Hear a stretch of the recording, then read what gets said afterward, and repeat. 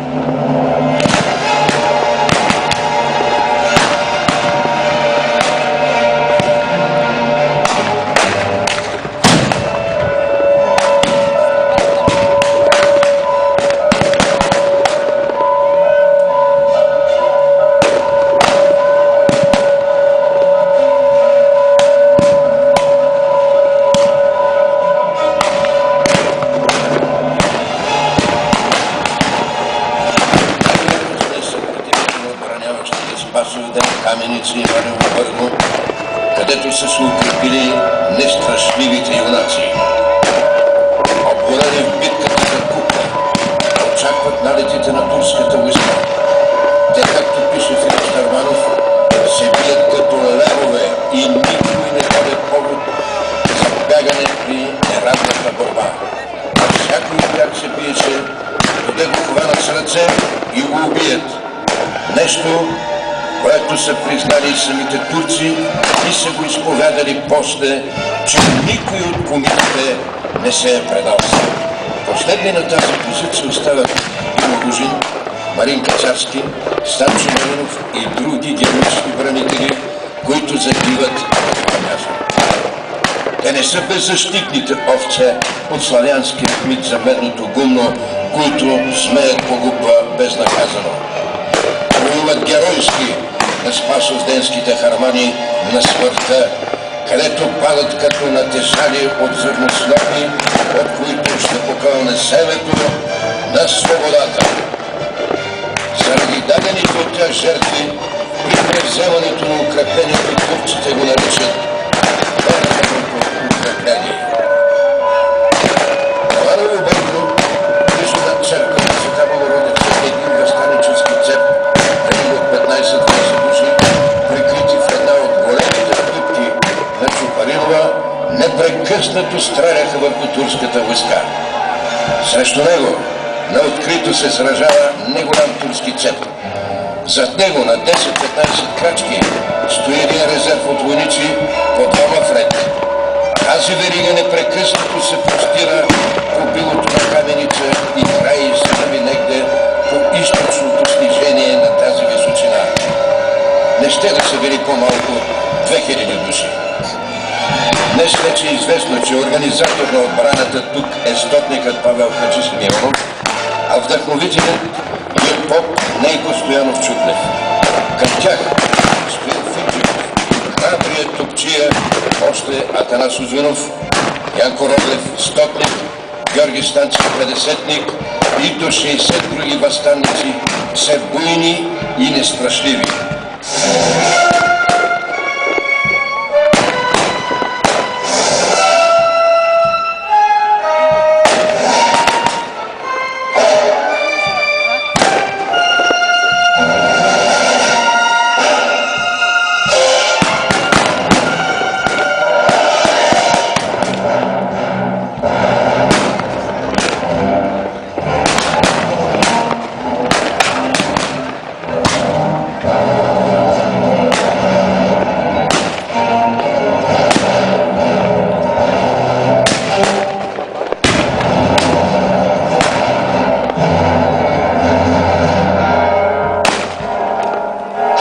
Кървави укрепления се превръщат в къщите подножието на хълма Спасовден, на съседния му над града Мангово Бърго. Ето какво научаваме от спомените на Мина Балиндрекова, която описва чудовния подвиг на нейния съпруг Хаджи Стоян Балиндреков, панагюрският балканджи Йов. Турците разбиха портата и навлязоха в двора. Стоян стреля и удари един, след това втори турчин. Аз му пълних пищовите. Един куршум получи Стоян в лявата страна. Няколко души навлязоха в стаята и се започна борба с ръце и ножове. Един замахна и отсече лявата ръка на Стоян. Той продължаваше да се бори. Други замахна и му разсече челото. Стоян успя да излезе на двора. Там един турчин му отсече главата и я хвърли.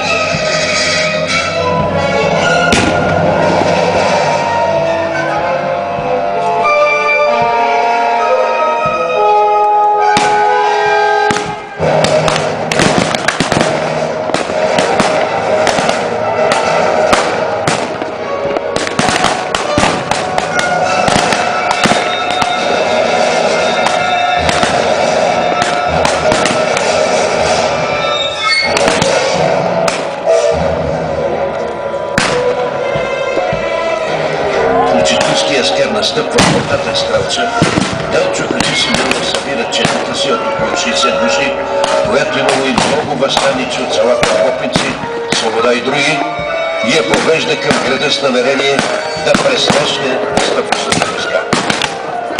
Отива с четата в къщата си и накарва да побие цивилите на всички стаи, да се образуват мазгали, през които да стрелят. В къщата са били укрепени по-рано двамата известни възстанници – Иван Пицаря и Стоян Пъков. Трълчо Хаджисимеонов ги поставил да пазят една малка врата към Стрелча, като им дал в помощ 10 души от четата си. Преди да започне боят към Възпаша, праща парламентар, който увещава възстанниците да се предадат. Те го връщат, като му заявява, че са решили да останат верни на девиза «Свобода или смърт, а каквото ще да става». Веднага били изпратени стотина войници. Щом са задали низамите, възстанниците изчакали да излезат открито и започнали стрелба.